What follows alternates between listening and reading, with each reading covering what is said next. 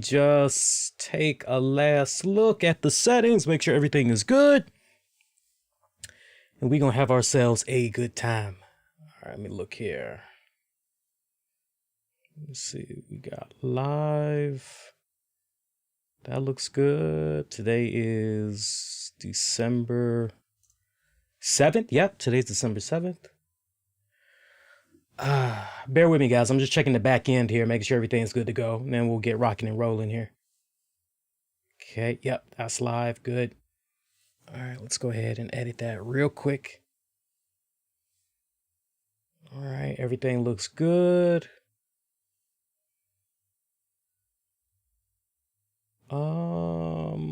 Yeah, let's swap that out real quick. All right, we're starting in about 30 seconds, guys.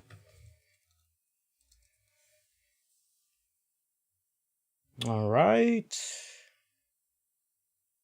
That's good. Oh, nope, that worked. Okay, good. Good. That worked. Good. I wasn't sure that was going to work. All right, let's do it. We got a show.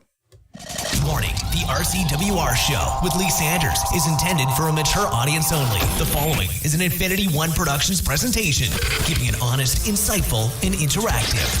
Covering the latest in wrestling and beyond since 2011. You're listening to the RCWR show. Now, your host, live from the nation's capital in Washington, D.C., Lee Sanders.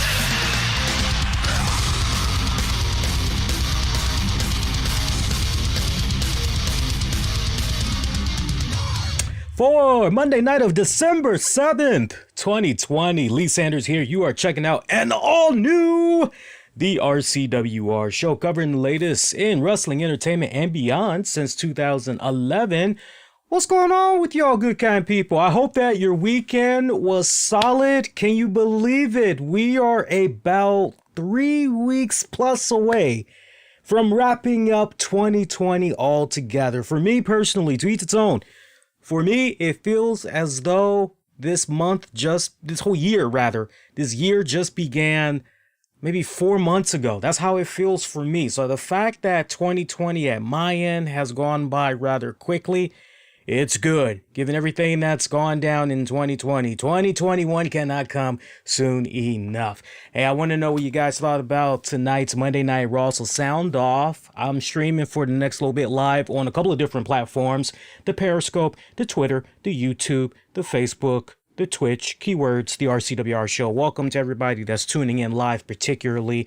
Shout out in particular to those of you that make it your business to check out the show on demand or on the downloads. By the way, y'all may have noticed I didn't get a chance to bring this up last week. Somehow it escaped my mind. I don't know how, but somehow it escaped my mind. I'm going to break it down to y'all right now, though, without being long with it.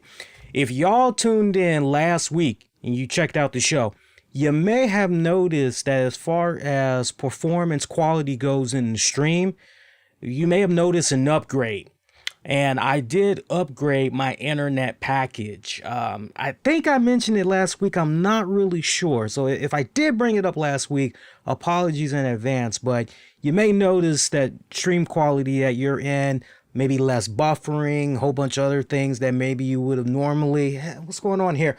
That all should be rectified because I had got my internet upgraded from Verizon last week, and it was pretty cool because when I was initially talking to Verizon, great customer service as always by Verizon, but when I was talking to them, me and the missus, they were like, yeah, you know, it looks like the internet package that you have right now, we don't even offer that anymore to customers. We are on something entirely new. Even the hardware that I'm seeing you guys have for rent, we aren't even putting that out there anymore to new customers. Yeah, we got to upgrade you guys. So we got upgraded. And for those of you that know a thing or two about the whole tech and all that, we got that new big, gray, bulky looking tower. That's basically the new router. We've got that in the middle level of our home. It was cool because when the technician came, he's like, okay, where did you get everything set up? I'm like, oh, well, we got a fresh install on the middle level. And we just happened to put the router upstairs in our bedroom. He's like, well, why is the router upstairs in your bedroom? I'm like, well, we just thought that'd be the best place to put it. And we thought, hey, we need to make sure we're getting the strongest signal. He's like, nah, it doesn't matter where you put the router, really. If anything, you make it more complicated when we need to do an install. So long story short, he pretty much was like, look, if you want your new router to be upstairs, this is what I got to do. But it's much easier for me to install it on the middle level. Like, okay, well, go ahead, put it on the middle level. So he put it on the middle level, and entire family's been happy. Everybody has been enjoying it. I think maybe it was my mother-in-law. She was kind of noticing once in a blue moon there would be a little bit of buffering issues, but from what I understand, nothing has been going on. My girl had noticed a couple of bufferings here and there. This is before we got the new internet installed, but everything's been peaches. I think I told you guys too, like we're no longer using a cable satellite service. We're now with YouTube TV. Been pushing them now for about, I would say 2 months now, and I enjoy it. I love it. I mean, they pretty much got what I need. If there's anything additional that I need to check out, like maybe the new Star Trek Picard, or maybe something particularly on Apple Plus TV or whatever, I'll maybe get a subscription here and there. Not a recurring subscription, mind you, just when it counts the most and I need to check out something, then I go ahead, pay for it. But otherwise, I'm good. I'm good with what I have. I'm saving a ton of money too, let me tell you, saving a ton of money. So look, tonight's show, we're going to keep this nice and short. Normally when I say that, we get some snickering and a whole bunch of other stuff that's going on. But no, we're going to do a short show tonight because of a couple of things. One, my work schedule. I have such a short turnaround.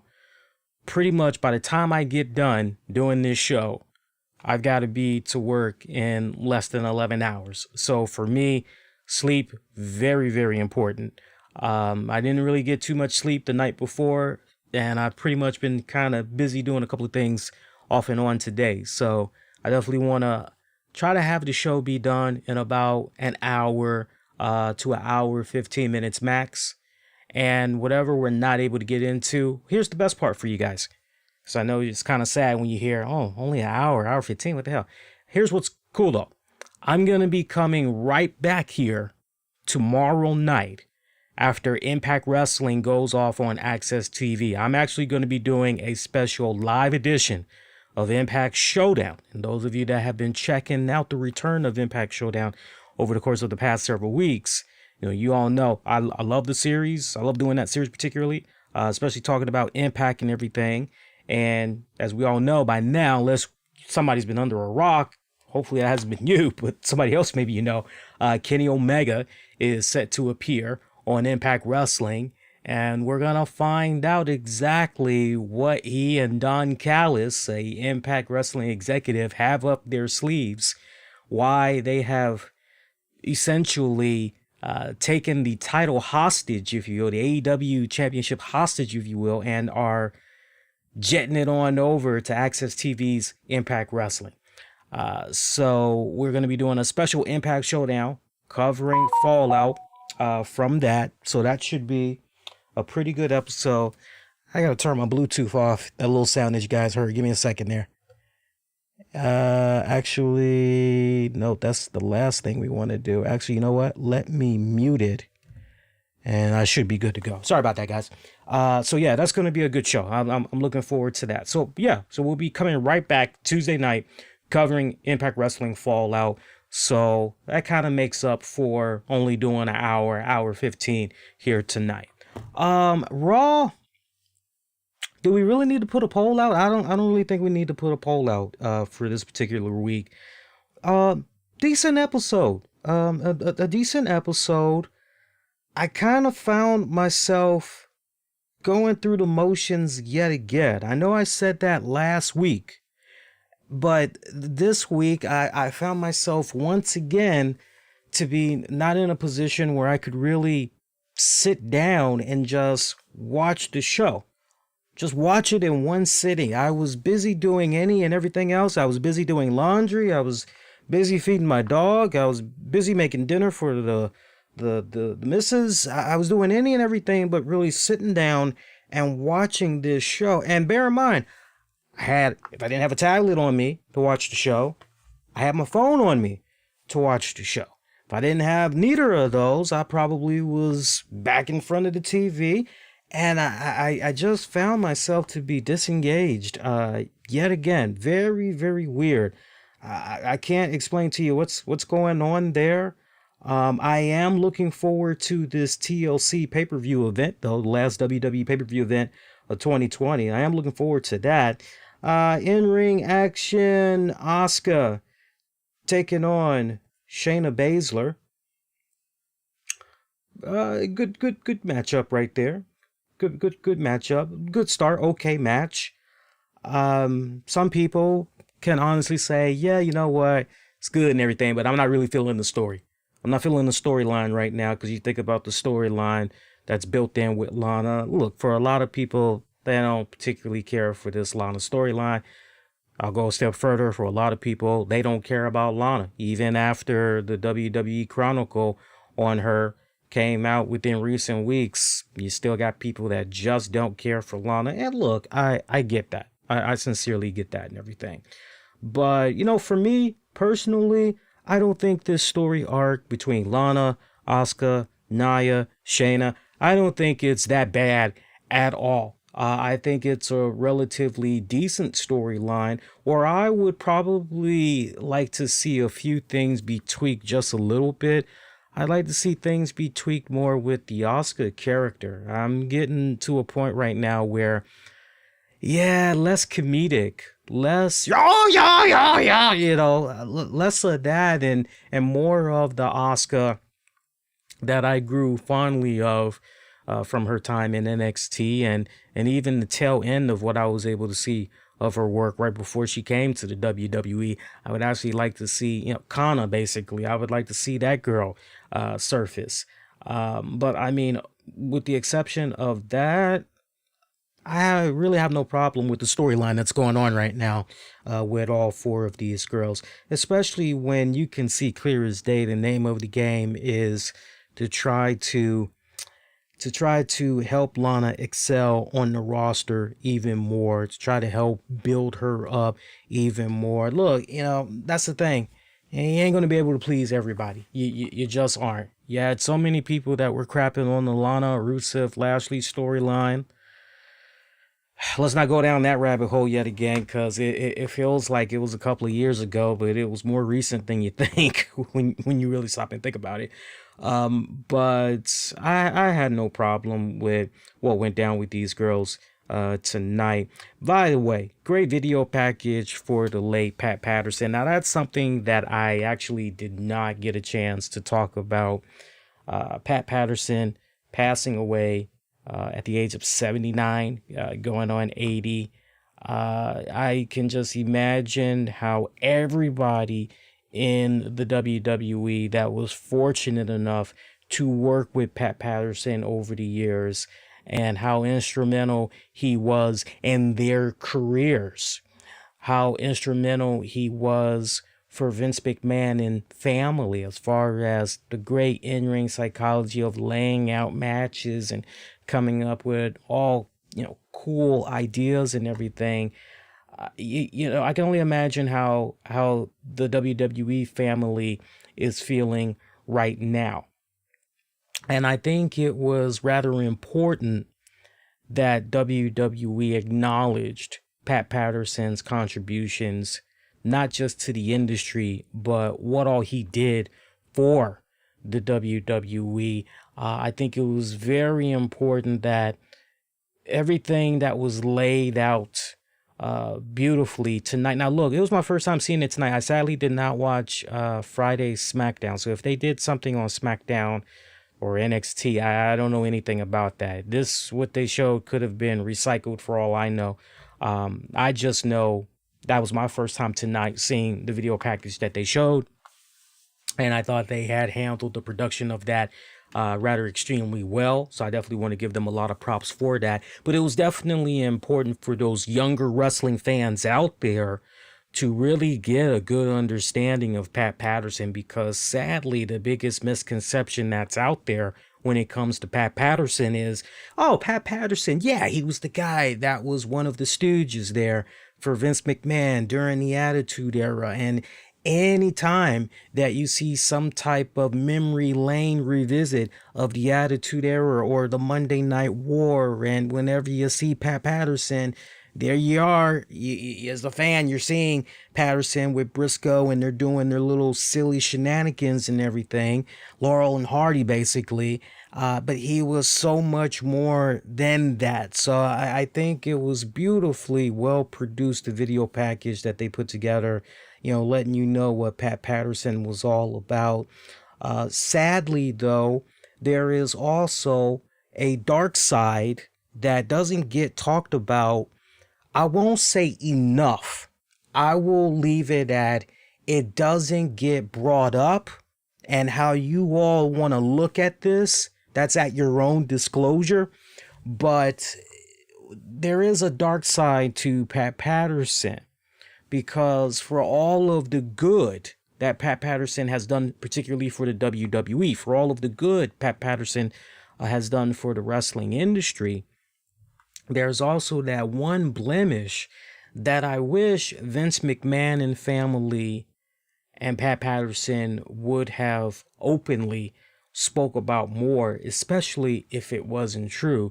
And that's of the allegations. Now, if you all don't know anything about the allegations, I will just tell you Bing Google is your best friend. But to just kind of give you a nice generalized edition of the allegations, there was a time where Pat Patterson was dismissed by the WWE because his name had got linked to some extreme controversy that was somehow connected to this other wrestler. And long story short, you had a report floating around there that Pat Patterson loved messing around with young boys. Now, as I am always quick to tell you guys on the show, hey, let's follow the evidence. Let's see where it all, lands. Innocent until proven guilty. That's what I always say to you guys. Innocent until proven guilty. Let's follow the facts. Let's not be reactionary, because that's the type of society that we're in these days. We are in that whole, they did what, and we see a piece of footage and we just we get upset, but what all led up to what we're seeing in that footage? That's the correct question we should be asking ourselves. Well, what led up to this point, right? And so, innocent until proven guilty. But back then, to have that type of, I get it, because Vince McMahon, he just came off of the whole steroid scandal and everything. And then to have that kind of controversy come about, I can understand to a certain degree Vince McMahon wanting to be as far removed from that controversy as possible. And who knows, maybe it was a case where, look, we just need to let this die down.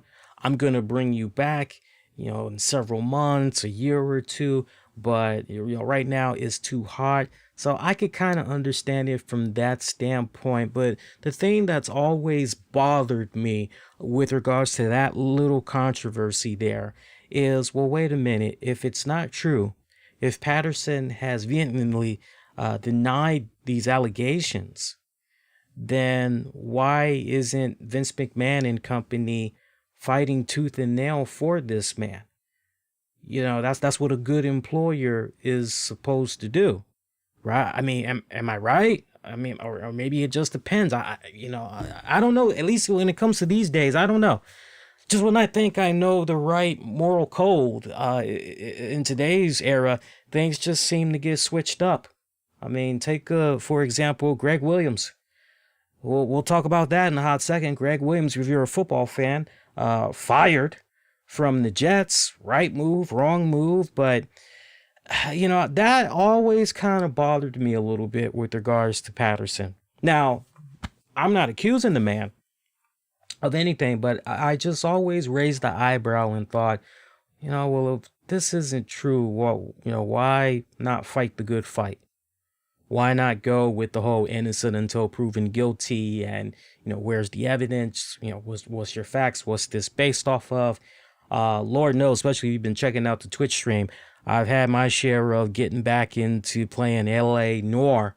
And when it comes to the just awesome process of the interrogation system of suspects, criminals, and all that, you can't help but just kind of think about that when you apply it to this scenario here. But me personally, to each its own. I can put that to the side because I rattled with that. I really did. I'm not gonna lie to you guys. I rattled with it because when the news first broke out about Patterson's passing, I thought about his contributions to the business, but I instantly thought about that controversy.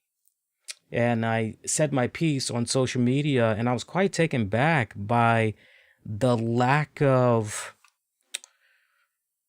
educating that some fans did not take upon themselves to see, okay, what's going on? Because I had people that were, but he's so sweet, he's so nice. What allegation? What are you talking about?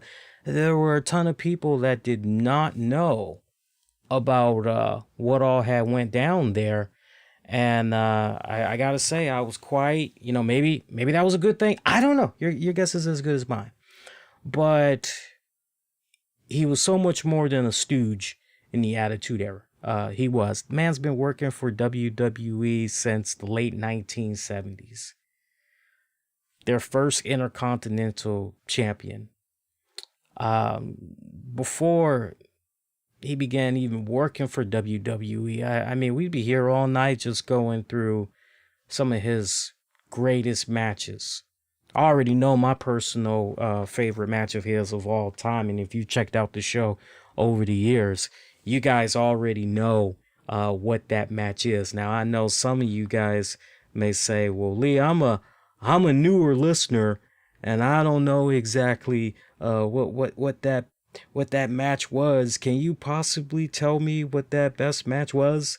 I'd be kind of long-winded going through that because I have my personal favorites. I don't want to just make it be all about Pat Patterson because I know some guys, especially our listeners, y'all have done your respective rounds, checking out other podcasts and everything. But this one kind of hurts a little bit because you just think about what all's been going on with 2020. So close to Christmas, so close to wrapping up this calendar year, and it's kind of like, right before we're done with 2020, hey, we got this death over here, and I've become quite numb to a lot of these deaths, but this one, it did kind of hurt a little bit. I'll definitely admit that. This one hurt. Took me by surprise because the first thing I'm going, well, what the hell's going on? What the hell did he die of? Like what the hell? And you find out, he recently was battling cancer. And to what extent that cancer... Now, look, we still don't know exactly what the cause of death is. We just know that as far as health in recent years, cancer was something he was battling and everything. But Jesus, So Godspeed to Pat Patterson. Thoughts, condolences, prayers to his close friends, family, loved ones, colleagues, definitely to everybody in the WWE, for sure.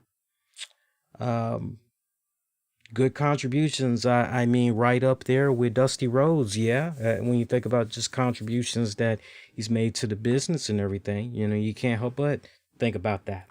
So good video package, and all throughout the night, nice good little tributes that they were doing for the man. I enjoyed that.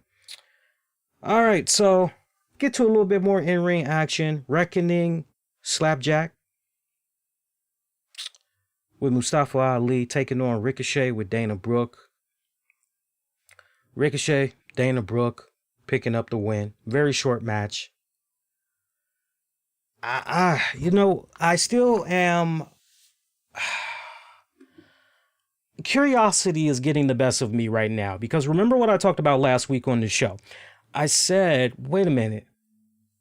Mia Yim's mask, it came off. What the hell's going on here? Did it come off by accident, or was it ripped off on purpose? What's going on here?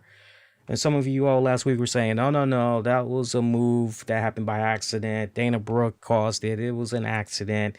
And remember what I said on the show last week. I said, well, somehow we got to clean this up, because commentators not once did they acknowledge, oh, snap, that's so you're more led to the impression, oh, we never were officially supposed to know that was Mia Yim under the mask. WTF. And remember what I said last week to you guys. I said, okay, somehow you got to patch this up. And the only way I can see you go about patching it up, you got to have Mustafa Ali show Mia Yim some tough love and say, look, when it's counted the most, you have been failing me.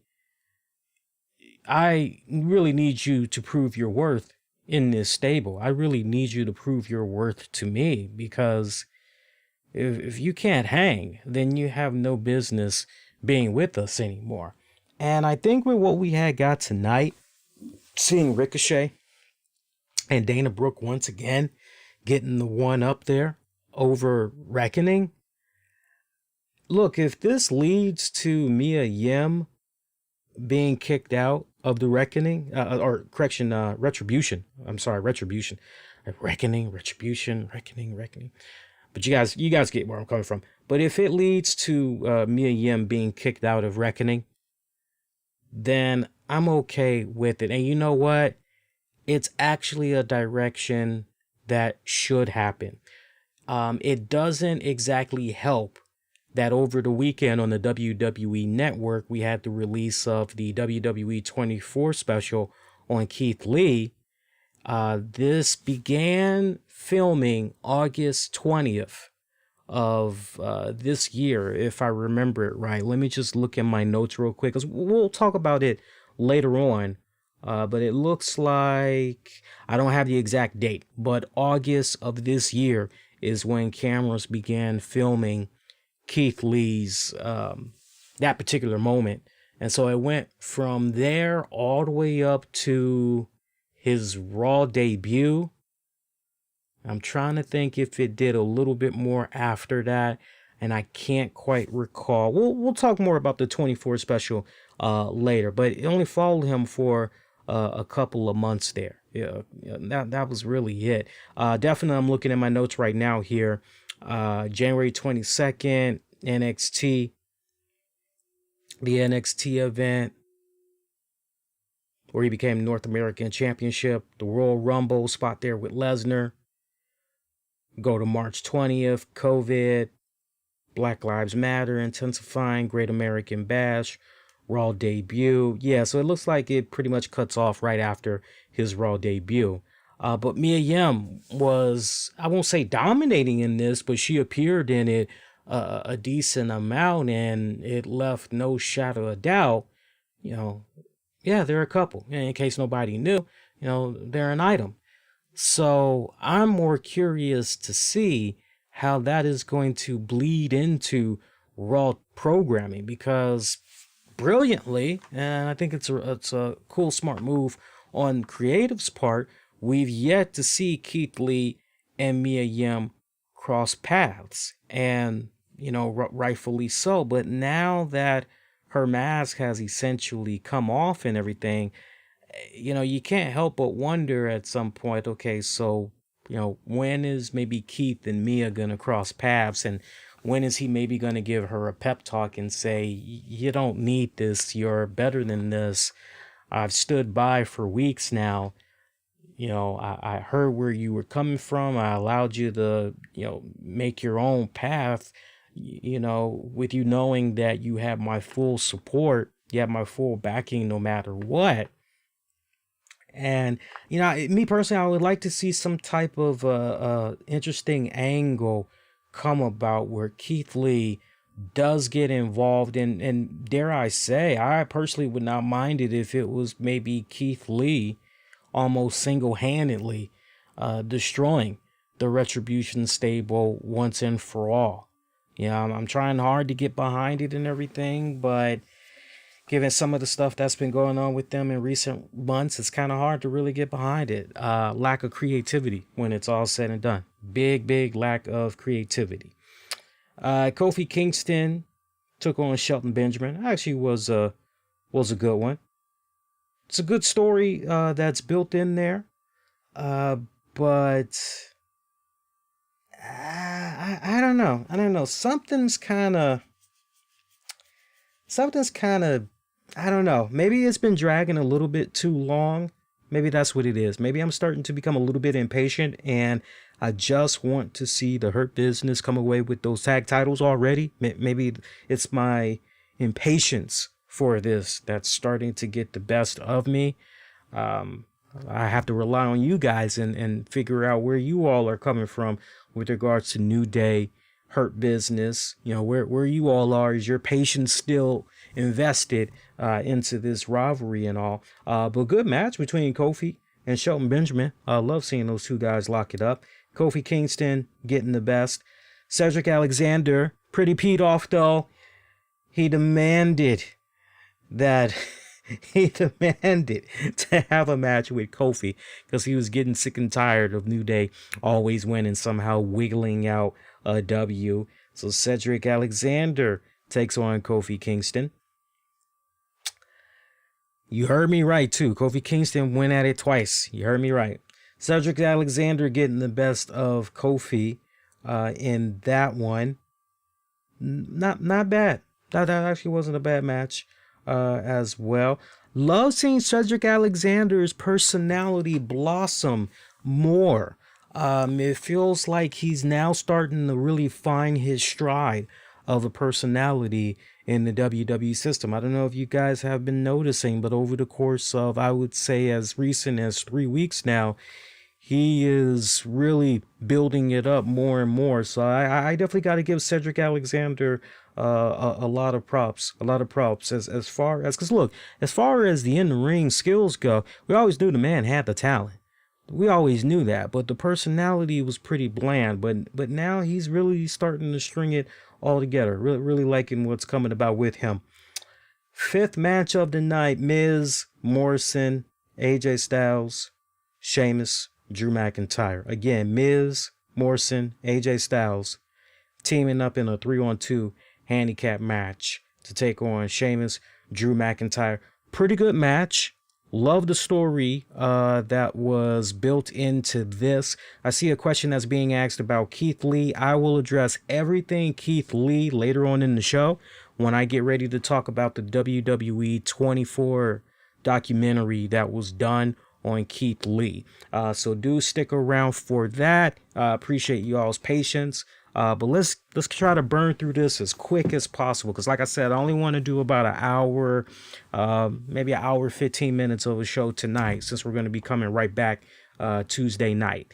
Look, the continuation here was of what exactly is going on with Sheamus, Drew McIntyre. Are we eventually going to see these guys reform some type of this tag team? Are they going to feud with each other? What's going on here? Closing moments of this tag match. It actually was a pretty good tag match too. And I actually loved how it ended as far as enhancing the story arc there that's going on between, think about it, because it's multi-layered. Sheamus and Drew, but then Drew, AJ. Remember that, because we got that championship match coming up soon at the pay-per-view. So, closing moments, we see Sheamus. He was attempting to go for a bro kick on Morrison. Morrison happens to dodge it just in the nick of time. And sadly, Sheamus ends up bro kicking the hell out of Drew McIntyre. Sheamus looks pretty pissed off, yet shocked at the same time at what just went down.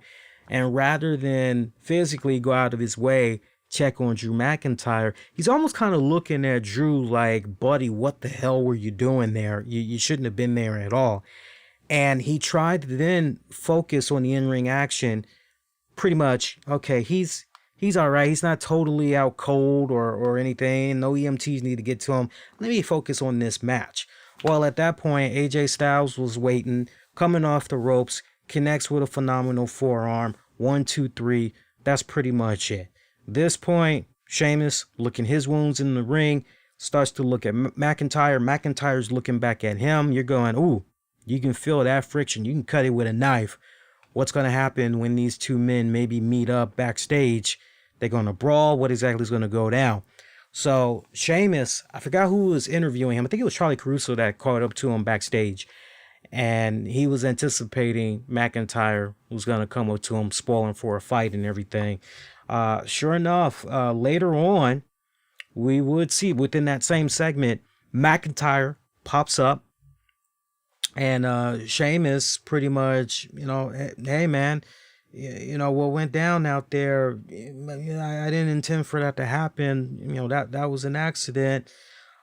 Drew just basically laughed it off. And he said, pint? Meaning you want to go get some beer? And Sheamus is like, okay, yeah, beer, sure. Pint, yeah, let's go.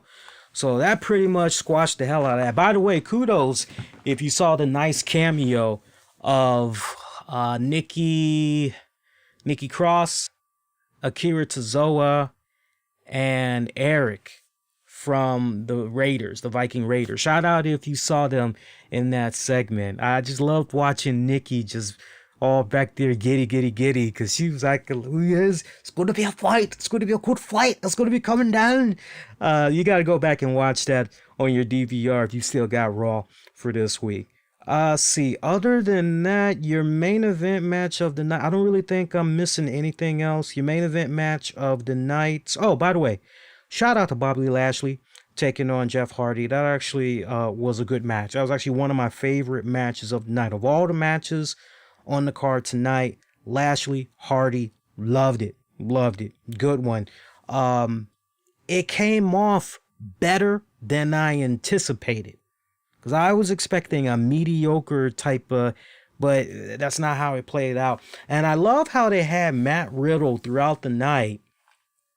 He's just walking up to people with a box of donuts, but he's calling them bro nuts.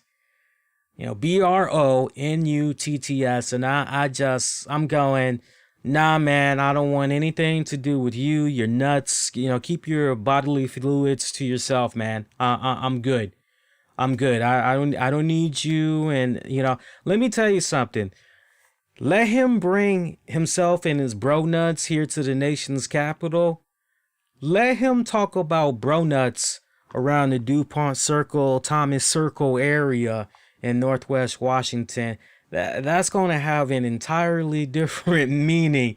And Mick Foley knows exactly what I'm talking about, because Mick Foley, I love Mick Foley. Last time Mick Foley was out here, because he did something most recently, but the time that I saw him at DC Improv, oh yeah, he knows about those areas. He's heard some stories about those areas. That's all I gotta say. Mick had us laughing when he was sharing some of those stories, man. But no, Riddle, I gotta tell you, he didn't come off sympathetic to me tonight. Oh, won't somebody team up with him? Oh, it didn't come off like that. Instead, Riddle tonight came off as the individual. I'm gonna tell you exactly how Riddle came off. Riddle came off like Chocolate Bar Man in that Friday the 13th movie. I can laugh my ass off at the worst horror flicks that's out there, but I have such a hearty laugh when I watch that particular Friday the 13th movie. And y'all know exactly what I'm talking about. Candy Bar Man. And he's talking to the guy that's chopping wood. Hey, that looks like fun. You want a chocolate bar? I can give you half now. You can have some of it, but I gotta have the other half for later.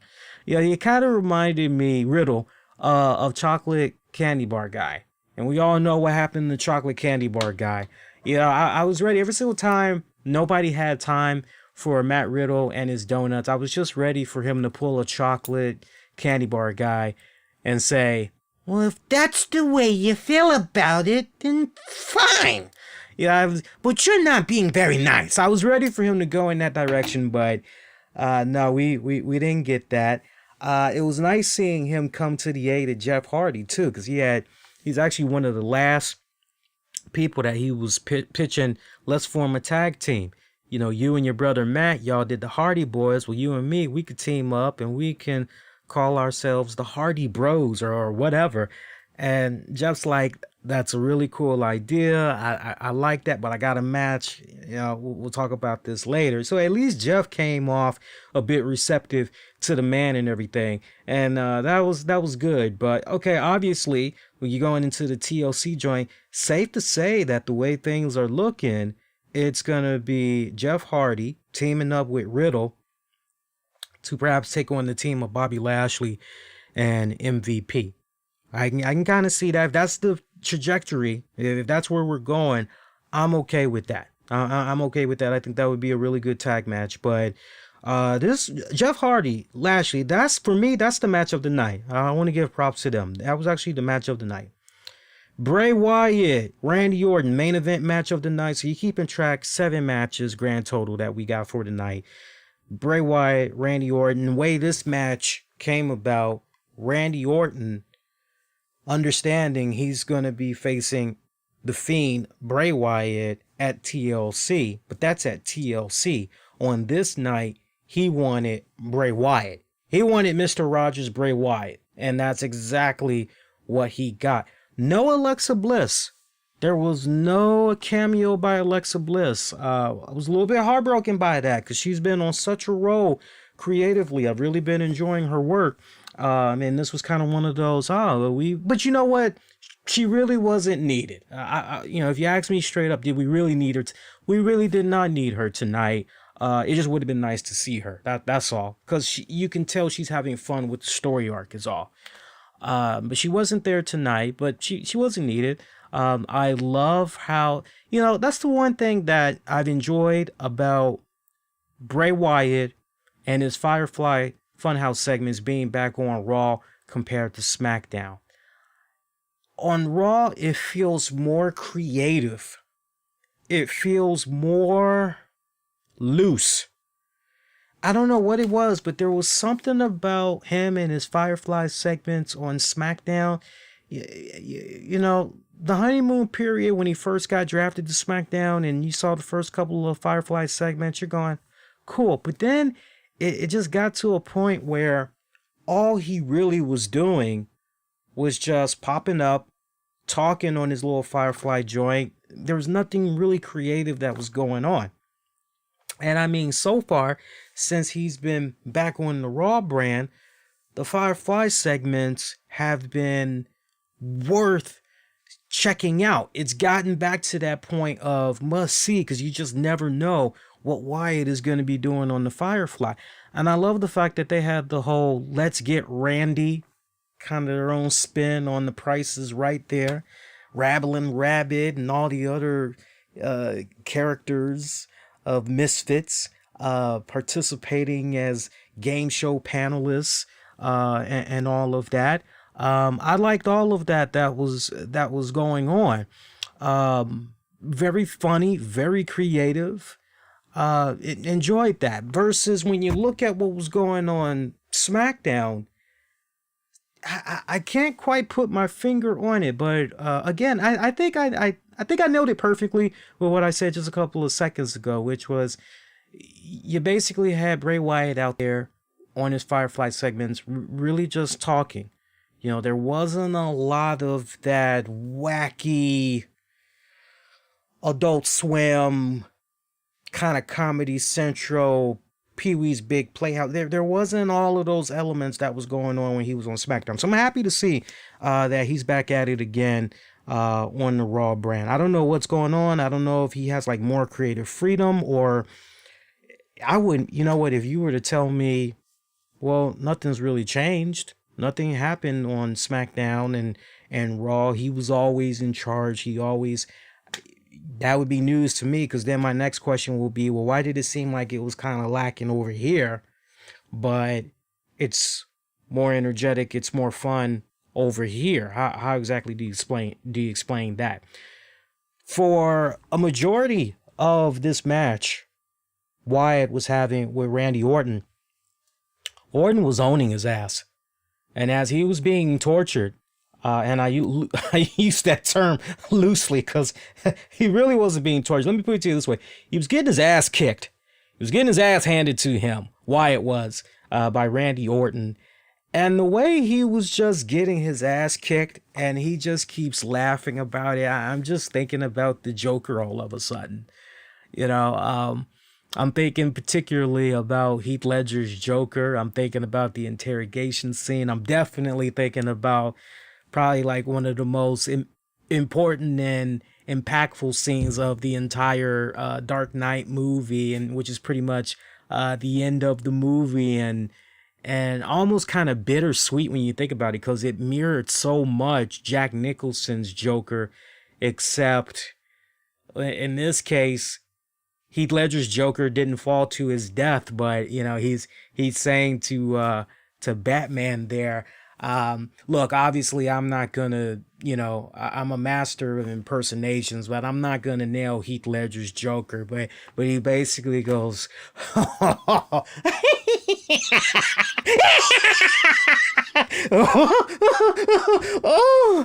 oh, you just couldn't let me go, could you? This is what happens when an unstoppable force meets an immovable object. You are truly incorruptible, aren't you? You won't kill me out of some misplaced self-righteousness. And I won't kill you because you're just too much fun. I think you and I are destined to do this forever. You know, it's like, and that was the actual lines from Dark Knight, in case you guys. But I was almost kind of reminded of that, just the way Bray Wyatt was getting his ass kicked around tonight. And finally, you're just going, Randy, put this fucking guy out of this misery already. And like, you see it, you're like, well, wait a minute. Randy's about to wrap this up. Oh, okay, take it home. Lights start flickering. You're going, oh, well, maybe this is Alexa Bliss. Maybe Alexa Bliss is playing around with the lights here.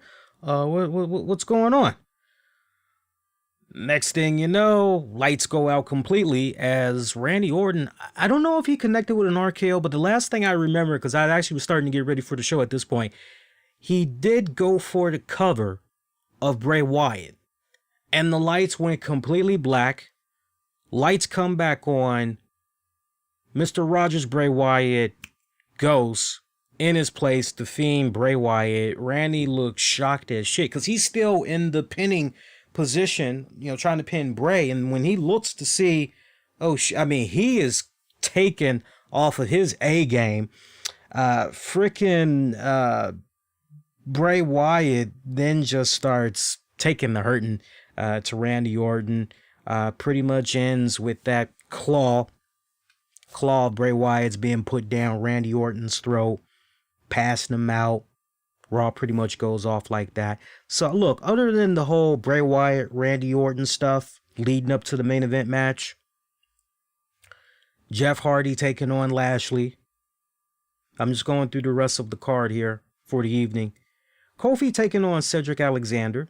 Kofi taking on Cedric Alexander and Kofi taking on Shelton Benjamin. There really wasn't, everything else was just so a bit of an average episode, you know, little good with the bad, give or take.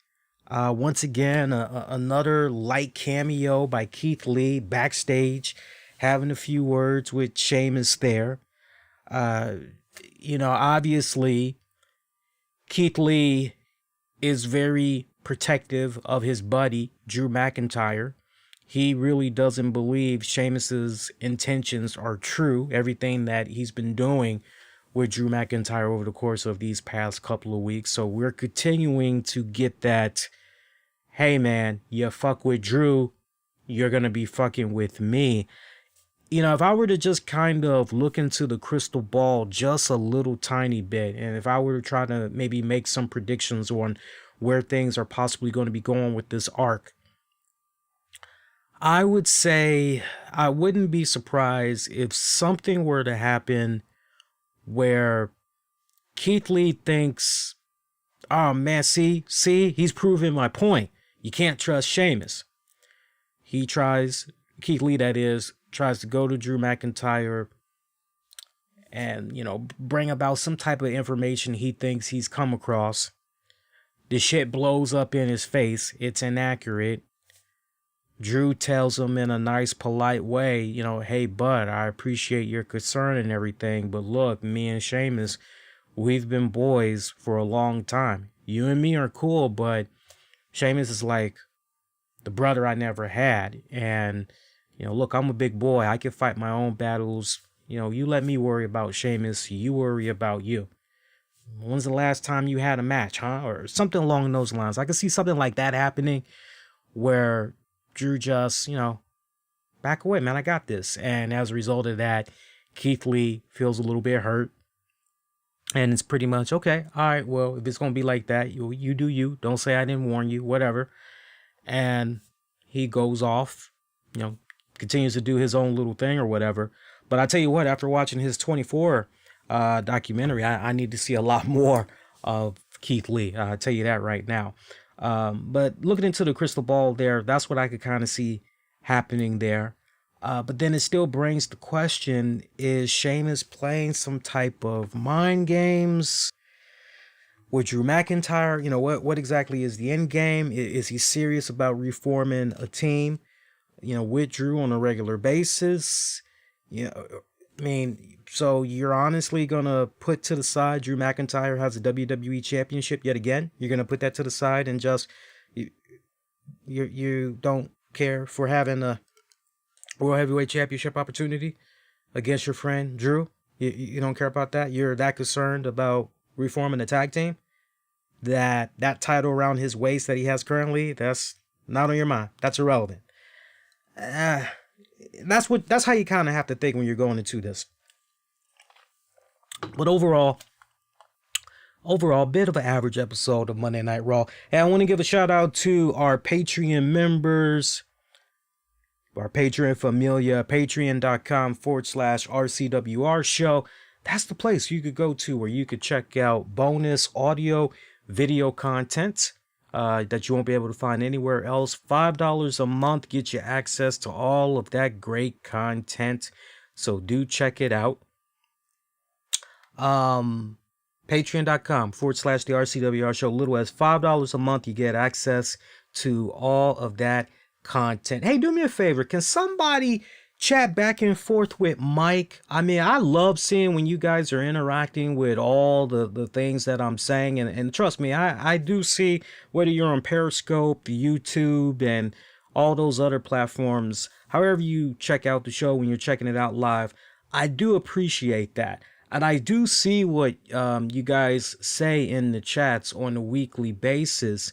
But you may notice that I'm not reacting to every single little thing that you guys are saying. I kind of pick and choose. I'm basically cherry picking. Unless there's something particular I should definitely home in on and go in with it. But for you guys that's actually watching live and you have the chat capabilities, won't get you in trouble. That is, if you're at work, feel free to interact with each other here. Because sadly, you know, if I were to kind of, you know, go back and forth with every single reply I see in the chat, we'd be here until 3 a.m. And I love you guys, but you ain't got time for that. I ain't got time for that. So let's not even go there. But yeah, anybody else that happens to be live right now, and you see the chats that's pulling up. Like I see right now, Mike is here and he's, you know, feel free to interact with each other. You know, it doesn't always have to be about interacting with me directly and just, you know, I get it, but, you know, my mentality when I decided I wanted to do this years and years and years ago, I wanted for there to be a place where people could just come as they are. They could interact with each other and, have fun and all that other good stuff. But shout out to our Patreon members. Shout out to Gino Morgan. Gino. Shout out to Justin Ripsock. Justin, I got a hold of your message the other day on Patreon. And I'm glad you had appreciated the kind words. Yeah, in case you guys don't know, so Justin Ripsock, one of our longtime RCWR show listeners, big supporter of the show and everything, has been a Patreon member for several months now. I think maybe almost a year. He lost his father last week, and sadly, just rough. And the funeral happened a couple of days later. And on our Patreon only edition of Wrestling with the Topics, that's an exclusive series that we do, me and the Mrs. Tammy. That's a series that we host. And for the most part, we get into non-wrestling related topics, but we actually got into a few wrestling tidbits on that particular show. But one of the things that we mentioned up front at the beginning of the show was Justin's dad passing and everything. And so, we had some kind words of encouragement, and it was an interesting episode because it went a little bit all over the place in a good way. Like, but it was a good show. I was proud of that show. It was a pretty good show, pretty good, insightful show. But shout out to Justin Ripsock. Nothing but love, my brother. Nothing but love. Shout out to Freddie. Shout out to Michael Wolf, John Davis, Tony Bing Gaming. You want the latest in all things Marvel Strike Force, Marvel Ultimate Alliance 3, Marvel's Avengers by Square Enix, tips, tricks, news, walkthroughs, reviews. Check out Tony Bing Gaming. He's on YouTube and he is on Patreon as well. Find him at those keywords, Tony Bing Gaming. All right, so I am keeping track of the time. We're pretty much about to hit the hour mark. So we got about 15 more minutes. I'll tell you what, I'm willing to go almost 90 minutes just so we can kind of get through these other little tidbits of news. And then we'll pretty much just bow out for the night. I'm going to switch it up. I got some non-wrestling and I got some wrestling related news. So let's go. First off, shout out to DC's own Sean Yancey. In case you guys did not hear the news earlier today, Sean Yancey, who worked 19 years for WTTG Fox 5, 19 years. She stepped down from her anchoring position back in September. And it was a move that has shocked a lot of the DMV residents. Definitely has shocked me. I had recently saw new posters that were rolled out of her and co-anchor Jim Loke. And I'm going, okay, she's cool. Nice little new posters out. And then that move happened where she announced she was leaving Fox 5. And I thought instantly, there's just no way she's gonna just get out of the news industry altogether. No, something doesn't quite sound right here. She's going somewhere else, to another network. And her colleague, as y'all know, Allison Seymour, she's now working for WUSA 9 out here in Washington, D.C. And so, good for her. But Sean Yancey, it's finally been revealed. I don't know how long this has been in the works now, but she is set to join NBC4 Washington as an evening anchor. If I remember the news right, she's going to be the new 4 p.m. anchor, if I remember it right. I'm not so sure. I don't think she's going to be touching, for those of you hoping maybe she's going to touch 6 p.m., I don't see her touching 6 p.m. because that's Doreen Gensler. And Doreen Gensler, she seems as though she's got about maybe another 20 years left in her tank. So I don't see that happening. But 4 o'clock, maybe 5 o'clock, Sean Yancey is probably going to be taking that. So congrats to Sean Yancey. Can't wait to see what she's going to be able to do over there. I think she's going to be a really good fit over there on NBC4. So look out for that. And because her husband, they've done a lot for the Washington, D.C. area over these past several decades. I know she has her own foundation that, she's always doing really cool things for D.C. residents and all that, feeding the homeless, trying to raise money for clothing, her own toys for tots. I mean, she's always giving back to the community with her organization. So I figured she wasn't going to be going that far. So mad shout out to her. So that's good. And also, in case you guys had missed it, Gregg Williams. Gregg Williams, we got to talk football for a hot minute here. Gregg Williams has been fired from the New York Jets.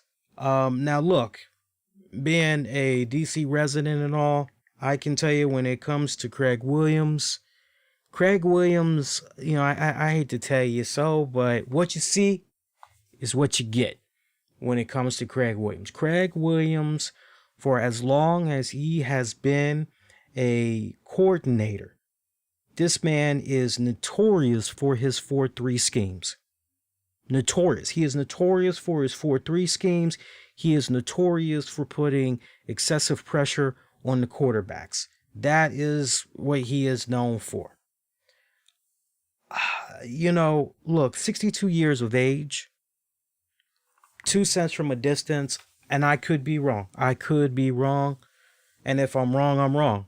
But 62 years of age, I just don't see personally, man, you were playing for one of the shittiest teams. You were working for one of the shittiest teams in the National Football League in the New York Giants, where as it stands right now, when you look at their season by season record, right now they are at, where are they? Hey Google, what's the New York Jets NFL record right now? The Jets are in 4th place in the AFC East with no wins and 12 losses for a winning percentage. No wins, 12 losses. No wins, 12 losses. Let me repeat that again. No wins, 12 losses, and yet somehow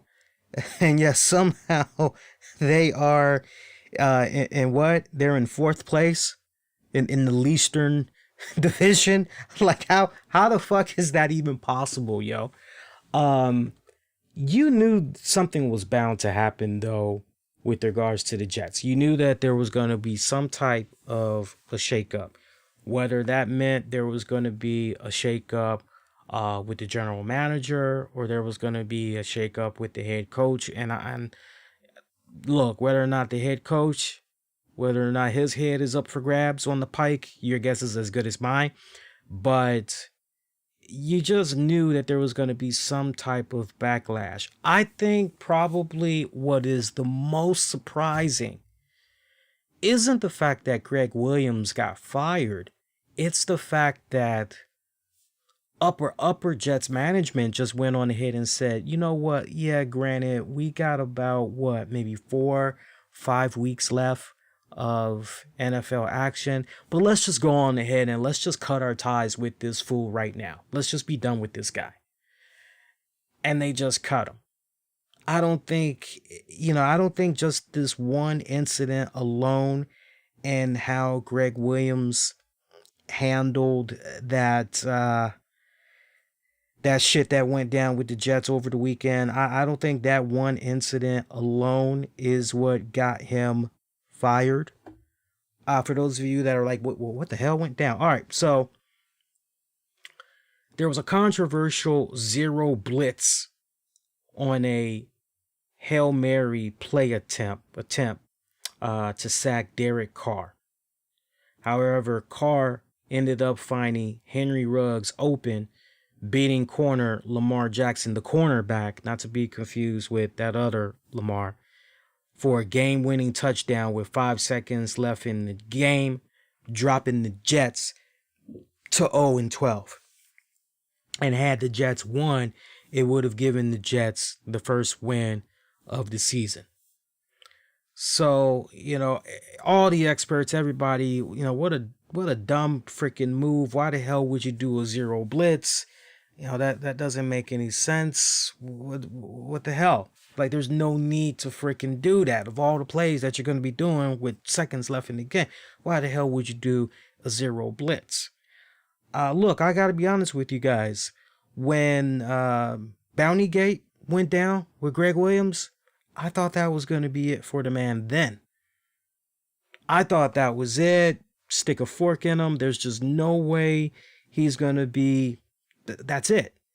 But somehow he ended up... Can I just read to you guys a quick little snapshot resume? I mean, you want to talk about somebody that's been a journeyman. I mean, let's really start with the Houston Oilers. 1990 to 1996, defensive assistant, special teams, and linebackers. Tennessee Oilers / Titans, 1997 to 2000, defensive coordinator. Buffalo Bills, 2001 to 2003, he was the head coach.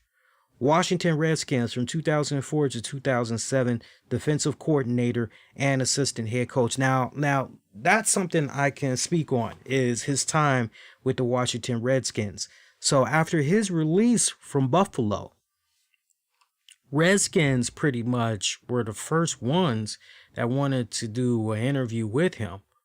And rather than Gregg Williams test the market, see who else was out there, see who else maybe wants to have an interview with him, he pretty much accepted Redskins. Hey, these guys were the first ones to show me interest. I definitely am going to sign on the dotted line with them. And one of the things that he had found very appealing in signing on board with the Washington Redskins was the fact that at that time, head coach Joe Gibbs offered him total authority, total, immunity, if you will, over the defensive players and defensive coaching staff.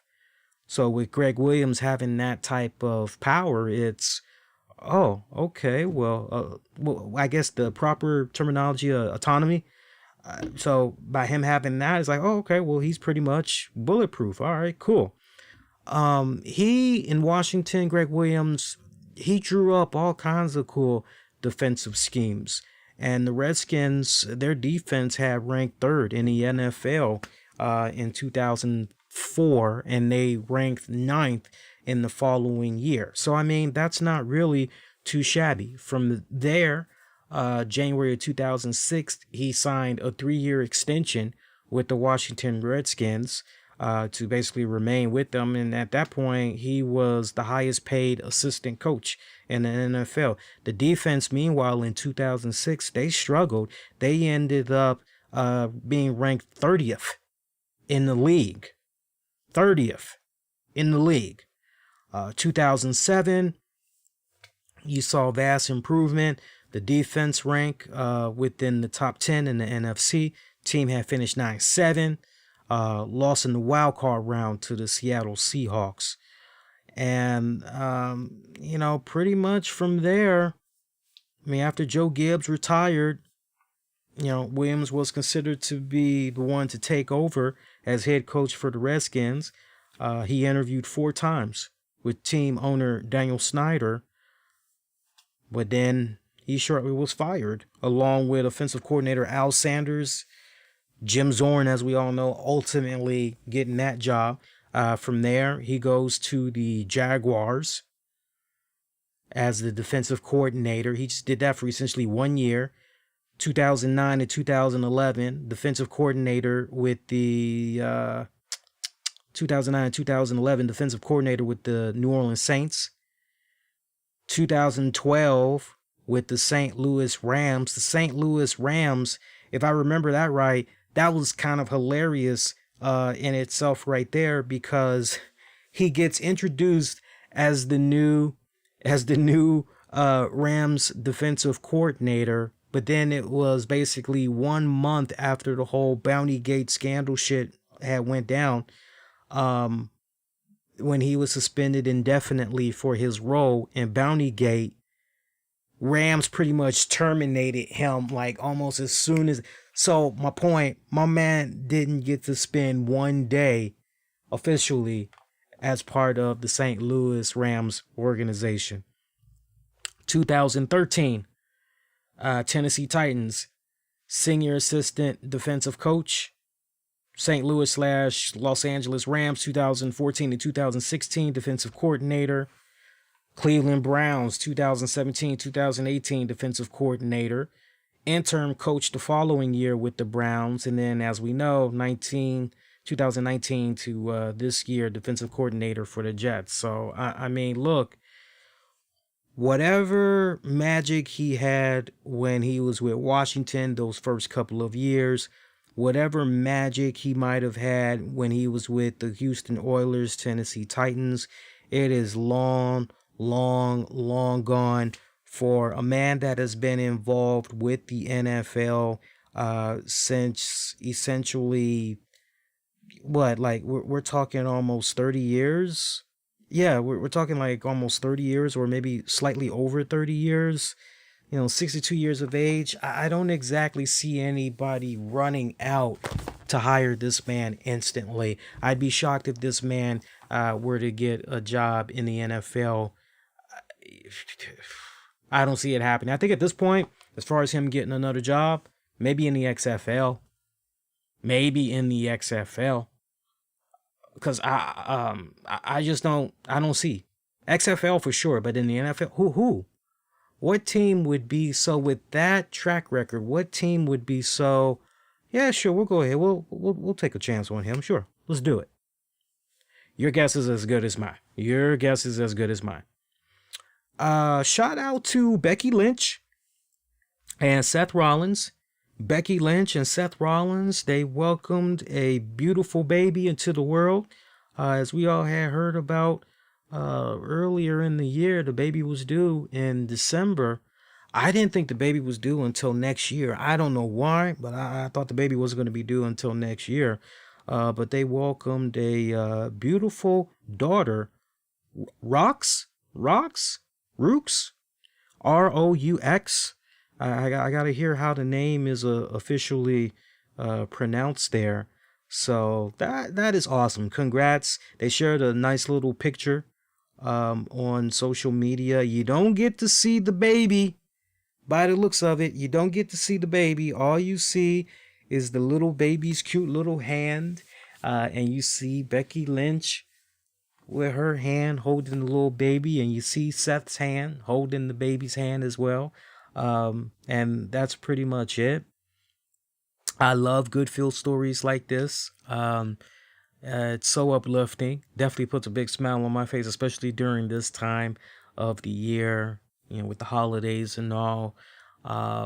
Any opportunity where there's a moment to kick back and smile, and little stuff like this, that makes you take it for what it's worth, because there's just so much sadness and confusion that's going around as it is. So congrats to them. While we're talking about babies and everything, Sarah Logan, she shared a pretty nice picture of herself topless. Of course, her man helped her out. They basically, when I saw this picture, and I didn't get a chance to upload it into the server here, so you guys got to forgive me, but you can easily find it in a Bing Google search, and who knows, maybe we'll share it on the next show. But they basically did their own version of the Janet album cover, if you guys remember that one. So remember, she was topless, but she had on a pair of jeans.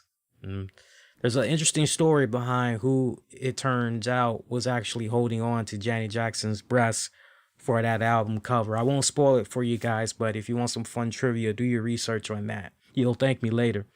So Sarah Logan did her own actual pose for that and everything, and she seems to be coming along. I don't know when she's due, but I mean, she looks like she's about ready to give birth. I would say maybe March or April is when she's possibly due. So nice to see a whole lot of those good things that's going on right now.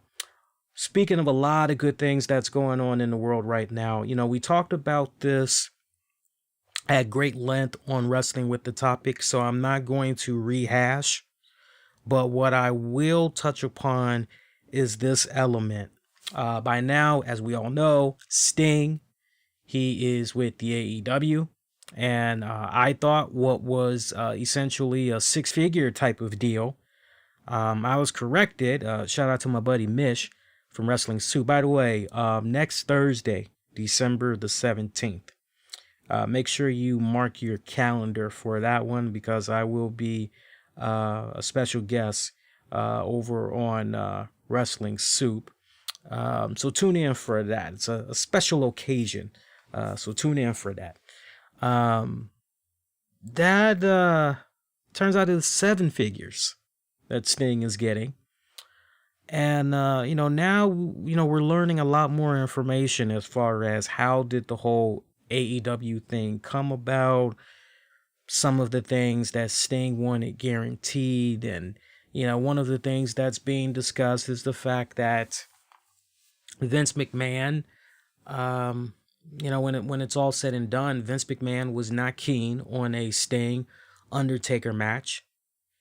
When Sting saw the stuff that was being done with the cinematic matches and all that, he really loved the idea of being able to do something like that with Undertaker. But for whatever respected reason, Vince McMahon never pulled the trigger. Pre-cinematic match, post-cinematic match, Vince McMahon never was a fan of making it happen. You also got the talk there of Sting not being particularly pleased with how he was booked in the WWE. Not so much that buckle powerbomb that Seth Rollins did. And, hindsight's 2020. Look, I don't believe in my heart of hearts Rollins set out to intentionally hurt Sting. I don't believe that at all. Sting felt comfortable at that time to have something new be thrown into the mix. He thought that, he could take that rather well, and he was proven wrong otherwise. Accidents happen. And it's unfortunate. It's unfortunate what had happened there with Sting in that matchup. But Sting does not hold Seth Rollins accountable, and, he doesn't blame WWE. It's just when it's all said and done, the two matches that he had in WWE, the fact that he didn't go over, he wasn't particularly fond of that. The fact that they were only dusting him off once a year at that point, he wasn't exactly a fan of that. And so all of these things pretty much pushed him out the door and put him into the arms of AEW. And, the question that I had posed on Wrestling with the Topics, and I'll actually pose it to you, the listeners, and get some feedback from you guys. The reports are being put out there that, Sting's not going to wrestle, that Sting is under a multi-year deal where he is going to be appearing a lot more than what he was doing with the WWE. You go, okay, well, that's good, but what exactly is Sting supposed to be doing? Is he going to be the new Arn Anderson in AEW? Is he going to be the new Tully Blanchard in AEW? The new Jake Roberts? Is he going to be some type of a commissioner? Is he going to be some type of a acting GM? What exactly is he going to be doing on a somewhat regular basis in AEW? We get the stuff about, he's not going to be taking any bumps, and anything that he does do physically, it's going to be well thought out. He's definitely not going to be wrestling. But, you got guys like Chris Jericho that's teasing a possible match with the Stinger. It doesn't help that you now see a win-loss record when you look up Sting's profile on the AEW website. You're going, well, wait a minute. If this guy's not going to be wrestling, then, and talk about taking magic out of the room. We got to put Tony Khan's name over all of this. Fans don't have time to just reminisce and think about, oh, wow, why is Sting there? What's going on here? Very quickly, we got to get Sting signed a multi. Do we really need to take the magic that's in the air? Do we really need to suck that out and put that in? No, let's continue to build on the suspense. We've got eyes on the product. People want to hear Sting speak. Okay, there's no need to go with the whole, we just saw the guy in AEW for the first time. There's no need to blow your whole load out there and giving away the spoilers. No. Let the fans tune in next week, hear Sting speak, go from there. Didn't particularly care about the fact that Sting showed up with a AEW Sting shirt on. That didn't exactly help. I'll say this much about WWE, what they did get right. When Sting popped up in WWE, yeah, he might have had an entrance theme. He might have had some shit on the Titantron, but he did not show up in a WWE logo shirt, right? Right? So, I mean, it's the little things like that that just kind of made me go, And I'm speaking about this for the very first time, mind you. So, I still was like a little kid when I saw him appear, but trying to stay on track, if he were to wrestle, I posed this question on Wrestling with the Topics, and I'll pose it to you guys. Who is he supposed to wrestle if he were to wrestle? First of all, you definitely want to make sure that the Stinger is wrestling people that he knows he can trust, because this man could be just one move away. Personally, I hope we don't see him wrestle. I'm good. I grew up on Sting. I'm good. Because of what's going on, medically, physically with him, I don't want to see him wrestle. I'm good. But if something's been worked out and he is going to wrestle, then I would like to believe that list is extremely short. Let's see if our list matches up, people. Chris Jericho, Cody, Jon Moxley, Goldust, Dustin Rhodes.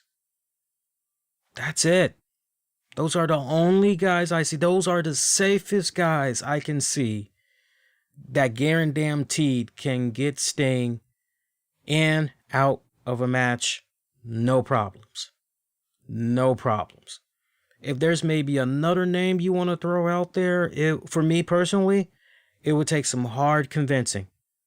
Because outside of those names that I just mentioned, I'm not seeing anybody else to the point where I go, okay, yeah, you can trust Sting with that guy. Yeah, sure. I just don't see it. I just don't see it personally. So this coming Wednesday is going to be very interesting, as far as hearing Sting speak but man, we really got to scale back on the Tony Khan, the name dropping. I mean, it has gotten quite excessive.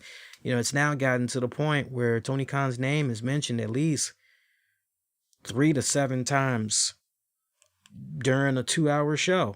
I mean, it's starting to get really ridiculous, and that's not me hating in any type of way. It's just, let's scale that back a little bit. Why are we always plugging this guy? Like seriously, it's like, just say AEW management or AEW booking or, just whatever.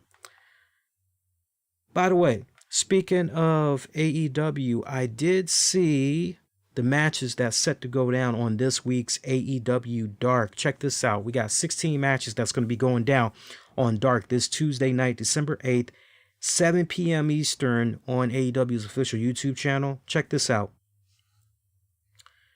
Sean Dean, Sean Maluta, and Ryzen versus Gun Club. 10 versus Aaron Solo. Peter Avalon versus Louis Valley. Baron Black versus Sonny Kiss with Joey Janela. Brian Cage versus Danny Limelight. Sotaora Chuchun. Hopefully I pronounced that right. If I butchered it in advance, apologies. And VSK versus the Hybrid 2. John Cruz and Michael Nakazawa versus the Acclaimed. That should be actually a good one. Diamante versus Tasha Price. Cole Cabana and Alex Reynolds versus Varsity Blondes. Griff Garrison and Brian Pillman Jr. Falco and Mike Magnum versus Jurassic Express with Jungle Boy. Freya States versus Shana. Fuego del Sol versus Brandon Cutler. Alex Garcia versus Nyla Rose with Vicky Guerrero. Skylar Moore versus Eva Lees. Red Velvet versus Danny Jordan. Big Swole versus Lindsay Snow. So 1 female match, 2 female match, 3, 4, 5, 6, 6 female matches out of 16 That's not bad. That's not bad. That's actually pretty good. So check that out. That's going to be this Tuesday, 7 p.m. Eastern. Also this Tuesday, we get us a new Impact Wrestling. I'm looking forward to that. We get to hear why Don Callis, why Kenny Omega, why. Your guess is as good as mine. Is this going to be a case where they're going to try to hold that AEW championship hostage? They're going to try not to ever have that title come back to AEW. You know what it is, you know. I'm expecting for there to maybe be some type of a tease, just looking into the crystal ball. I'm expecting for there to be some type of a tease mentioned where, or maybe they'll be flat out with it. I remember there was a time where Kenny Omega came pretty close to signing with Impact Wrestling. He also came pretty close to signing with WWE. But when the opportunity to work with AEW came about, making all that good money, how could Kenny Omega say no? And of course, the close relationship in real life that Omega has with Don Callis. Hey man, there isn't anything I wouldn't do for you. I would die for you, man. Look, I don't know if Ed Nordholm and crew, if this is what they anticipated, if this is what was laid out to them. I just think it's very, very interesting the amount of rope that particularly is being given to Don Callis to run with this and everything. I'm not really sure how far this is going to be going, man, with this story arc, because is this a case where in storyline that AEW championship is going to be held hostage and it's never going to be seen in AEW, and in storyline it's going to lead to Tony Khan and AEW management having some type of legal proceedings being done. They're going to get involved in some type of litigation where they're going to try to force Kenny Omega to return because he has commitments as the AEW World Heavyweight Champion, and if he doesn't fulfill those commitments, then he's going to be stripped of that title. That's kind of, one way you can look at it and everything. It's a very interesting story arc. I'm very, very curious. Hey, look, for all we know, this could just be a one-time deal, where Don had scratched AEW's back a couple of times, and now it's time for AEW to return the same gesture for Impact. Look, with the exception of some of the hokey dokey stuff that's been going on in Impact Wrestling as of late, Who Shot, Johnny Bravo, Sherlock Holmes, Tommy Dreamer running around. One small little blow that happened to Impact Wrestling, they lost all 3 members of the Rascals, Trey Miguel, Wentz, and I can't think of the other guy's name right now. It'll come to me when I least expect it. But those guys are now gone. 2 of those guys have signed on to the WWE, whereas Trey Miguel, he still isn't quite sure where he's going to end up. Maybe he already knows. Maybe he's already inked the deal. It's just a matter of playing the system on social media. Who knows? He knows. But the Impact product overall has been very solid. I know there's probably a decent amount of you guys that haven't been checking out my Impact Showdown coverage, but I definitely would tell you guys, with the news that for the very first time Impact Wrestling made it in the top cable 150, and it had averaged 166,000 viewers for last Tuesday's episode. That's pretty good. There's going to be even more eyes that's going to be on Impact Wrestling this week. So if there's ever a time to try and make a really good impression, I would not be surprised if Impact Wrestling maybe had went to the chopping block and said, hey, these matches that were supposed to air, let's just take that out, splice this in instead. I wouldn't be surprised if they tried to do that. If there was anything hokey dokey that is supposed to originally been slotted into this Tuesday's episode, I wouldn't be surprised if maybe they tried to dial that back a little bit and edit it in a way, all to make sure that they make a really damn good. And I hope that that's how they're thinking. I really, really do. But there's definitely going to be a lot of eyes on the Impact product this week. And that makes me very happy because what they've been putting out these past several months, it's been a really good product. Their Knockouts division is particularly on fire. I personally feel Jordan Grace, Taya Valkyrie, Rosemary, Sue Young, Kiera Hogan, Tasha Steeles, the Virtuoso, Deonna Purrazzo, still kind of finding her personality there, and that's okay. But she's the current Knockouts champion. You also have Tennille Dashwood with Caleb with a K. Tennille Dashwood, she's finding her stride right now. They aren't missing a beat, and this is despite the fact that the lovely, what's her name? Oh, smiley face. She had quit Impact. She didn't appear at Bound for Glory. Kylie Ray. This is despite the fact that she rolled out. I mean, that Knockouts division is still going strong. Man, you just had Impact Wrestling, and I talked about this on last week's Impact Showdown. I dropped it late in the weekend, but for the first time, if not ever, that I can recall for the Impact brand, then at least for the first time in several years, you had nothing but all blacks for your main event. Blacks closing out the show. It was a beautiful thing to see. Yeah, Willie Mack taking on, who was Willie Mack facing? Willie Mack was facing Chris Bay. And then afterwards, Moose just came out of nowhere, spearing the shit out of Willie Mack, trying to send a message to the champion Rich Swann, because Rich Swann and Willie Mack, they're the best of friends. But then Rich Swann turned out he was there. He's getting his licks in on Moose. And just when you think it's over, Chris Bay comes from behind, attacks Rich Swann with one of his signature moves, holds the Impact Championship up high. She's like, oh man, so it's possible. Maybe we're going to see all four of these strong, proud black men, fight for the coveted title there. So I mean, it's popping over there in Impact right now. It is popping over there right now. And as I said on Impact Showdown, I don't know if management has been a little bit inspired by what was going on with Kofi when he became world champion, what's going on with the Hurt Business, what was going on with Keith Lee. I don't know if they were a little bit inspired by that. I'm not knocking it.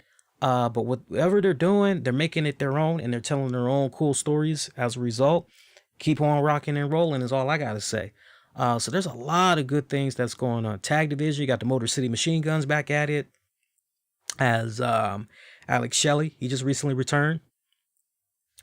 You've got the Good Brothers that's down there.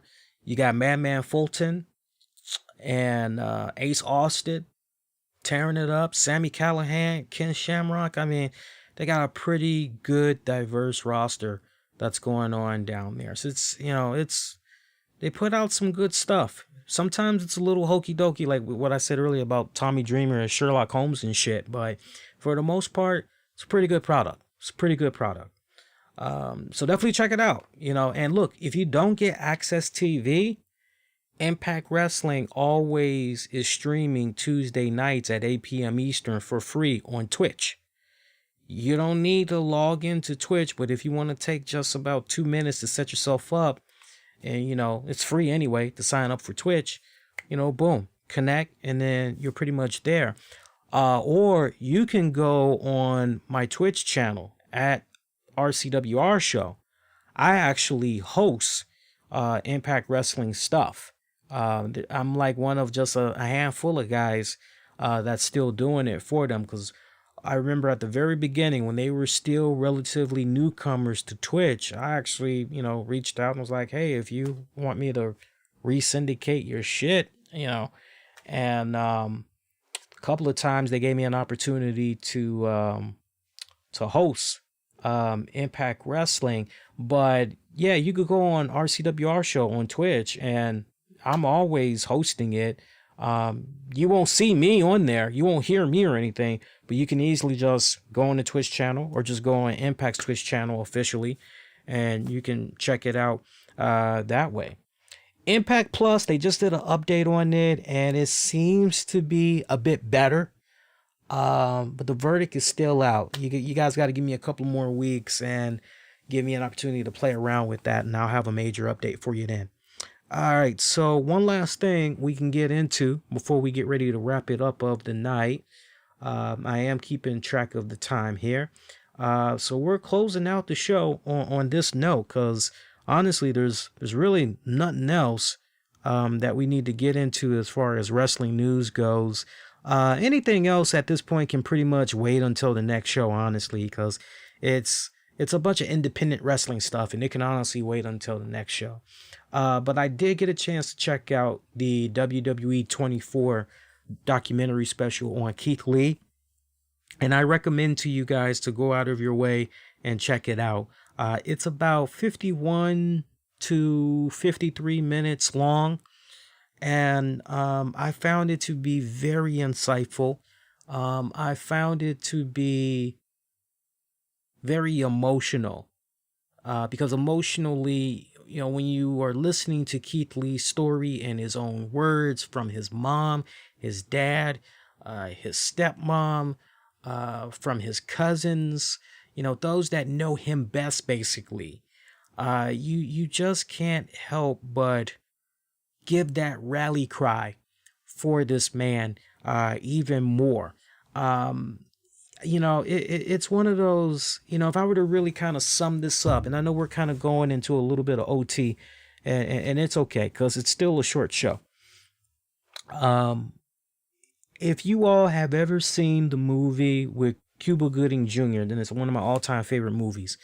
If you all have ever seen Cuba Gooding Jr. in Boys in the Hood, I mean, literally, or if you've ever watched an episode of Fresh Prince of Bel-Air, and you understand, the opening theme song and how, Will came to being in LA and everything, just combine it with Cuba Gooding Jr. and Boys in the Hood, and it is essentially Keith Lee's story. There are many of us that either are continuing to live in that world where, it's pretty rough where we're living. It's pretty tough. And heaven forbid, we've all got our stories. Lord knows, as a black man, I've got my own stories of being racially profiled as a kid, minding my own goddamn business and, just playing outside with my friends or just playing by myself and being harassed by the cops just because of the color of my damn skin. Something I was born with.